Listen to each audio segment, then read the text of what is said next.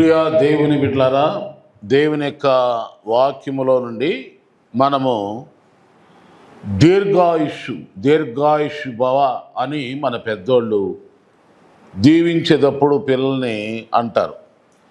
దీర్ఘాయుష్ భవ. దీర్ఘాయుష్కి బైబిల్ చెప్పేటువంటి సూత్రాలు. మొదటగా బైబిల్ చెప్పే సూత్రాలు ఏంటంటే దైవ భయం. సామెతల గ్రంథం 10వ అధ్యాయం 27వ వచనాన్ని మనం గమనిస్తే అక్కడ ఏముంటుందంటే, యెహోవా యందు భయభక్తులు కలిగి ఉండుట దీర్ఘాయువునకు కారణము. దీర్ఘాయుష్వంతుడు అవ్వాలంటే అనేక సంవత్సరములు నీవు చూడాలి. నీ ఆయుష్ పెరగాలి అంటే దేవుని యందు భయభక్తులు కలిగి ఉండమని బైబిలు చెప్తున్న మాట. సరే, దేవుని యందు భయభక్తులు అంటే ఎలా ఉంటాయో ఒక 7 విషయాలు మనం ఇక్కడ గమనిద్దాం. ఎందుకంటే దేవుని యందు భయభక్తులు కలిగి ఉన్నామని పైకి అంటారు, కానీ ఎవరిలో దేవుని భయం ఉందో లేదో మనం తెలుసుకోవటానికి ఒక 7 విషయాలు మీ ఎదుట పెడుతున్నా.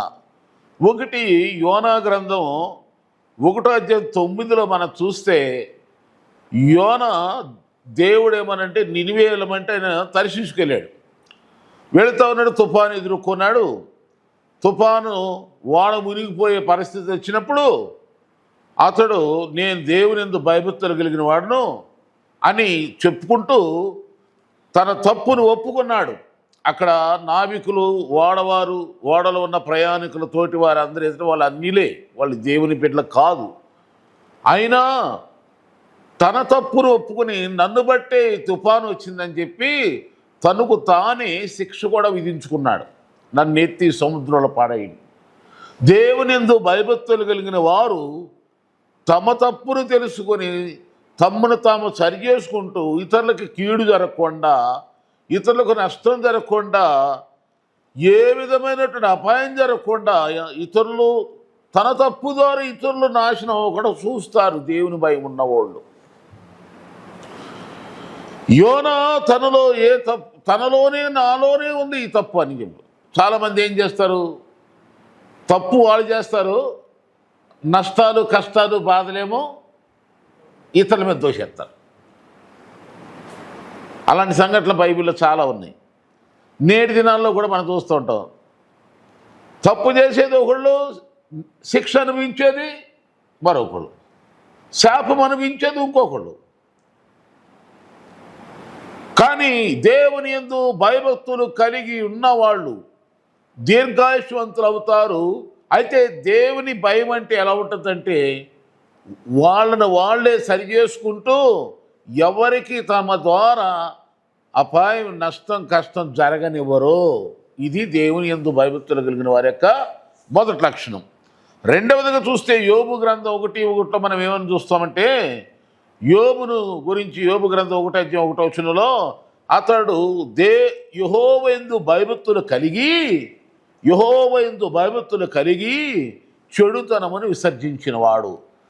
విసర్జన అంటే అర్థం ఉదయాన్నే మల విసర్జన అంటే విడిచిపెట్టిందా, ఇక మళ్ళా దాన్ని తిరిగి మళ్ళా తీసుకోరు ఎవరు. విసర్జన అంటే అది.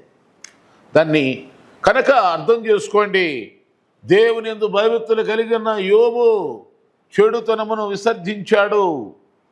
బైబిల్ చెబుతుంది 16 సామెతల గ్రంథం 6వ అధ్యాయంలో, యెహోవా యందు భయభక్తులు కలిగి ఉండుట వలన మనుషులు చెడుతనమును విసర్జించెదరు, చెడుతనము నుండి తొలగిపోతారు. ఒక్కో సమయంలో మన దగ్గర చెడుతనం మీద నుండి విసర్జన అంటే తీసి పారేయాలా.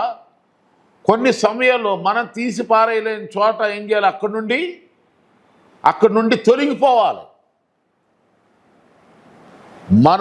మన వల్ల అయితేనేమో పారేయాలి తీసి, మన వల్ల కాని చోట ఏం చేయాలి, అక్కడి నుండి పారిపోవాలి. సామెతల గ్రంథం 16 అదే చెప్తుంది. మూడవదిగా చూస్తే దేవుని యందు భయభక్తులు కలిగిన మూడో లక్షణం ఏంటంటే, నెహెమ్యా గ్రంథం 7:2 ఉంటుంది. అక్కడ హనన్యా అనే ఒక నమ్మకమైన మనుష్యుడు అని ఉంది. ఎందుకు నమ్మకమైన మనుషుడంటే దేవునిందు భయభక్తులు గలవాడు గనక నమ్మకంగా ఉన్నాడు. దైవ భయం ఉన్నవాళ్ళు నమ్మకంగా ఉంటారు. మాటలో కానీ నడకలో కానీ దేవుని విషయంలో మనుషుల విషయంలో చాలా యథార్థంగా నమ్మకంగా ఉంటారు. మోసం చేయరు, అబద్ధం ఆడరు, దొంగతనం చేయరు, కపటం ఉండదు, మత్సరం ఉండదు, అసూయుడి దేశాలు ఇలాంటివి ఉండవు. దేవుని యందు భయభక్తులు కలిగిన వాడు నమ్మకంగా ఉంటారు, నిజంగా ఉంటారు, యథార్థంగా మాట్లాడతారు. దేవుని భయం ఉంటే ఈ మూడో లక్షణం మనలో ఉంటుంది. నాలుగోదిగా చూస్తే మొదటి రాజుల గ్రంథం 18:12 మనం చూస్తాం. ఉబద్య అనేటువంటి ఒక వ్యక్తి యెజబేలు కాలములో దేవుని యందు భయభక్తులు కలిగిన వాడట. ఓబద్య అతడు బాల్యము నుండి యెహోవా యందు భయభక్తులు కలిగి ఉన్నాడు. కానీ ఉండటం ద్వారా దేవుని యందు యెహోవా యందు భయభక్తులు కలిగి ఉండటం ద్వారా అతడిలో ఉన్న కనిబడే లక్షణం ఏంటంటే, ఒక పక్కన యెజబేలు అనేటువంటి ఒక దుష్టురాలైన రాణి ప్రవక్తలను చంపిస్తుంటే ఈయన ప్రవక్తల్ని దాసి పోషిస్తున్నాడు, సేవకుల్ని ప్రేమిస్తున్నాడు, దైవజనులను కాపాడుతున్నాడు. దేవునియందు భయభక్తులు కలిగి ఉండే వారి యొక్క నాలుగో లక్షణం ఏంటంటే దైవజనులను కాపాడుతారు, దైవజనులను పోషిస్తారు, దైవజనుల యొక్క సేవ అక్కర్లన్నీ తీరుస్తారు, దైవజనుల కోసం అవసరమైతే ప్రాణమైన ఇవ్వటానికి ముందుకొస్తారు. దేవుని సేవకుల్ని ఎంతో యేసు ప్రభుని చేర్చుకున్నట్టు చేర్చుకుని యేసయ్యను ప్రేమించినట్టు ప్రేమిస్తారు. దేవుని భయం ఉన్నవాళ్ళే చేయగలరు ఈ పని. ఇక ఐదవదిగా దేవుని యందు భయభక్తులు కలిగిన వారి ఐదో లక్షణం ఏంటి తెలుసా? హెబ్రీ పత్రిక 11:7 ఉంటుంది. హెబ్రీలకు రాసిన పత్రిక 11:7 విశ్వాసమును బట్టి నోవాహు అది వరకు చూడని సంగతులు వచ్చి దేవుని చేత హెచ్చరించబడి భయభక్తులు కలిగిన వాడై తన ఇంటి వారి రక్షణ కొరకు ఒక ఓడను సిద్ధం చేసుకొనెను. అందువలన అని అతడు లోకము నేరస్థాపన చేసి విశ్వాసమును కలిగే నీతికి వారసుడాయని హెబ్రీలకు రాసిన పత్రిక 11:7 చూస్తాం. చూడండి, దేవుని యందు భయం ఉందా విశ్వాసులారా? ఈ సందేశం వింటున్న బిడ్డలారా, దైవ భయం ఉన్న వాళ్ళు ఏం చేస్తారంటే తమ పిల్లల్ని, భర్తను, భార్యను, లేకపోతే ఇంటి వారిని అందరికీ రక్షణలో నడిపిస్తారు. నోవాహు అనే ఇంటి వారి రక్షణ కొరకు ఓడను కట్టినట్టు కుటుంబం అందరినీ కూడా రక్షణలో నడిపించి ఆ రక్షణ అనే ఓడ పరలోకంలో తీసుకెళ్లే ఓడ ఇదిగో ఐపీసీ మెస్సయ్యా గ్రేస్ మందిరం అనేటువంటి సంఘములో సహవాసములో, ప్రార్థనలో, బోధలో, రొట్టె విరుచుట్లో ఈ సహవాసంలో నడిపిస్తారు. ఎందుకంటే దేవుని రాజ్యానికి వెళ్ళాలి కనుక, ఈ లోకం ఎప్పుడు ఏం జరుగుద్దో తెలియదు కనుక నశించిపోకుండా ఆ జలప్రలయములో అనేకులతో పాటు నశించిపోకుండా నోవాహు తన ఇంటి వారి రక్షణ కొరకు ఓడల కట్టాడు. నేటి దినాల్లో విశ్వాసులారా, దేవుని ప్రజలారా, నీ ఇంటి వారి రక్షణ కొరకు సంఘములో సహవాసములో నీ ఇల్లు, నీవు, నీ పిల్లలు క్రీస్తులో కట్టబడుచు సంఘానికి అంటుబడి ద్రాక్షవలని క్రీస్తుతో అంటుగడి సంఘములో కట్టుబాటు లోబడి సంఘ సావాసంలో ప్రార్థనలో నడుచుకోవాలి. దేవుని యందు భయభక్తులు ఉన్నవాళ్ళు చేస్తారు ఈ పని. భయభక్తులు ఉన్నవాళ్ళు ఇంటి వారిని రక్షణలో నడిపించుకుంటారు. ఇక చూడండి, ఇక ఆరో మాట ఏంటంటే అపోస్తలుడు పౌలు గారు అంటాడు, 2 కొరింథీ 5:11 ఉంటుంది. కాబట్టి మేము ప్రభు విషయమైన భయము నెరిగి మనుషులను ప్రేరేపిస్తున్నాం. ఇందాక ఇంటి వారి రక్షణ కొరకు, ఇప్పుడు అలా కాదు, ప్రజలనే ప్రభు విషయం భయం అంటే ఏం జరగబోతుందో అది దేవుని బిడ్డలకే తెలుసు. లోకములో వాళ్ళకి అర్థం కాదు. తింటున్నాం, తాగుతున్నాం, ఆడుతున్నాం, పాడుతున్నాం అనుకుంటున్నారే కానీ ఉగ్రత వస్తుంది, నాశనం వస్తుంది, తర్వాత అగ్నిగుండం ఉంది, ఇవన్నీ వాళ్ళకి తెలియదు. అందుకే మనం ఏం చేయాలో దానికి రక్షణ పొందిన బిడ్డలు ప్రభు విషయమైన భయం ఎరిగి రాబోతున్నటువంటి రాబోతున్నటువంటి ఆ ఉగ్రత విషయంలో మనకు ఆ విషయంలో ప్రజలకు ఏం చేయాలా, బుద్ధి చెప్పాలి, నేర్పించాలా, గ్రహించేసి వాళ్ళను దేవుని తట్టు తిప్పాలి. ఎందుకంటే మన బస్తీలో ఉన్న వాళ్ళు, మన వీధిలో, మన గ్రామాల్లో మనకు తెలిసిన వాళ్ళు ఎవరైనా, మనం ప్రేమించే మనుషులు ఎవరైనా మనకు తెలిసి ఎవరైనా నష్టంలో అగ్నిగుండంలో పడిపోతుంటే చూస్తూ ఊరుకుంటామా? ఇప్పుడు అమెరికాలో ఎక్కడో ఒక పట్టణమే తగులడిపోయింది, ఎవరైనా సంతోషిస్తారా? బాధే కదా. అదే ముందే ఎవరికైనా తెలిసి ఉంటే వాళ్ళందరినీ కాపాడేవాడు.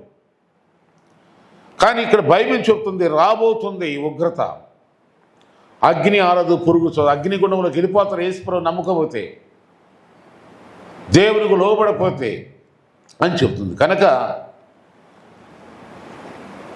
దేవుని భయం ఉన్నవాళ్ళు మనుషుల్ని దేవుని తట్టు తిప్పుతారు, దేవుని తట్టు ఆకర్షిస్తారు. ఏడో విషయం చెప్పి, ఏడో విషయాన్ని నేను చెప్పి ముగిస్తాను.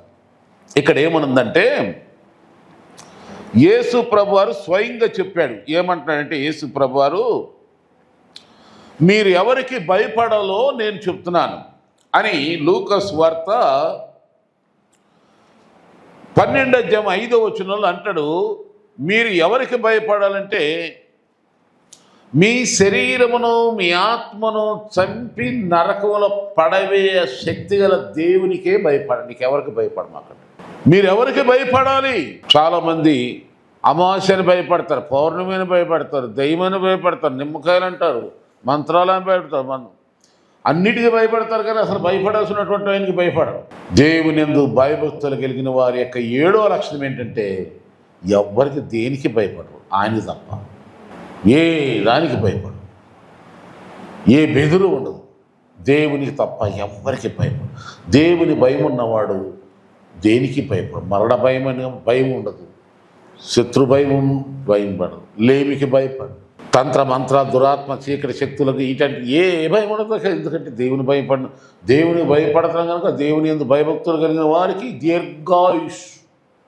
ఆమె ముందే చదివాం కనుక దీర్ఘాయుష్వంతుడు అవ్వాలి అంటే మనం ఏం చేయాలని బైబిల్ చెబుతుందంటే, చెప్పండి, యెహోవాయందు యేసుక్రీస్తు ప్రభునందు భయభక్తులు కలిగి జీవిస్తే ఆయుష్ పెరుగుతుంది.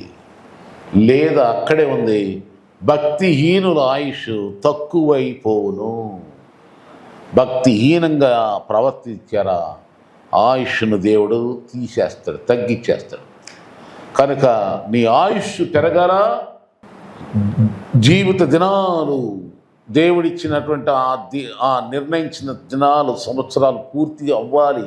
నిండు వృద్ధాప్యములో దేవుడిచ్చిన ఆయుష్ కాలమంతా సుఖంగా సంతోషంగా బ్రతకాలి అంటే, దీర్ఘాయుష్యవంతుడు అవ్వాలంటే దేవునికి భయపడు. సిలువ మీద యేసుక్రీస్తు ప్రభుతో పాటు సిలువ పడినటువంటి ఆ కుడివైపున దొంగ, ఎడమవైపున దొంగని హెచ్చరిస్తున్నాడు. ఏమంటాడు, నువ్వు దేవునికి భయపడవా? అవును, దేవునికి భయపడరా? దేవునికి భయపెడితేనే నీకు దీర్ఘాయుష్. నువ్వు ఎన్ని ఆరోగ్య సూత్రాలు పాటించినా, ఎన్ని ఆహార నియమాలు పాటించినా, ఎన్ని జాగ్రత్తలు తీసుకున్నా, ఎంత బందోబస్తులో కట్టినటువంటి నిర్మాణాల్లో ఉన్నా, ఎంత బలమైన అపార్ట్మెంట్స్లో ఉన్నా, నీ ఆయుష్ నీ చేతిలో లేదు. దేవునికి భయపడ్డావా? నీ ఆయుష్ ఆయన చేతిలో ఉంది కనుక నీ ప్రాణం ఆయన చేతిలో, మన ప్రాణం ఆయన చేతిలో, ఆయన కాపాడతాడు. అందుకే ఆయనకు భయపడు. అప్పుడు దేవుడు నిన్ను భద్రపరుస్తాడు. హెబ్రీ పత్రిక 11:5-7 ఉంది ఒక మాట, భయభక్తులు కలిగి ఉన్నందున యేసుక్రీస్తు ప్రభు అంగీకరించబడ్డ మనుష్య కుమారుడిగా వచ్చిన యేసు ఆయనే భయభక్తులు కలిగి ఉన్నందున అంగీకరించబడ్డాడు. ఓ ప్రియా దేవుని బిడ్డ, ఈ దైవ సందేశాలు అంగీకరిస్తున్నావా? దేవునికి భయపడుచున్నావా? నువ్వు దేవునికి భయం నువ్వు లేకుండా, దైవజనులకు భయపడకుండా, వాక్యానికి భయపడకుండా, అసలు భయం అనేదే లేకుండా బలాదూరుగా, ఇచ్చలవిడిగా, స్వేచ్ఛగా ఏది తోస్తే అది ఇష్టమైతే చర్చికి రావడం, మానేయటం, ప్రార్థన చేయటం, నీ ఇష్టమే. అలాంటప్పుడు నీకు దేవుని భయం లేదు కనుక దేవుడు ఎలా నేను కాపాడతాడు? దేవుడు నీకు ఎలా ఆయుష్ ఇస్తాడు? దేవుడు నీకు దీర్ఘాయుష్ ఇవ్వాలంటే భయభక్తులు కలిగి జీవించు. అప్పుడు దేవుడు నేను మరణము నుండి తప్పిస్తాడు, శ్రమ నుండి తప్పిస్తాడు, కష్టాల నుండి విడిపిస్తాడు, జబ్బులను నయం చేస్తాడు, దురాత్మను వెళ్ళగొడతాడు. నీ ఇంటికి పట్టినట్టు శనిని ఇక బతి విధం దరిద్రతను నీ తలరాత్రే మార్చి పాడేసి నిన్ను ఆశీర్వదించుతాడు. దేవునికి భయపడు. ఆయన భయపడితే మనం దీర్ఘాయుషవంతుడు. దేవుని భయపడటం అంటే నేను చెప్పిన ఈ మాటలు మరలా విని ఈ మెసేజ్ స్వరం యూట్యూబ్ ఛానల్ ద్వారా ఇంకా అనేక సందేశాలు మీకు మేము ప్రకటించుటకు వెంటనే సబ్స్క్రైబ్ చేసుకోండి, లైక్ చేయండి, షేర్ చేయండి, కామెంట్ ఇవ్వండి. ప్రార్థన అవసరం ఉంటే నాకు ఫోన్ చేయండి. దేవుడు మీ అందరిని ఆస్వాదించును గాక. ఆమేన్.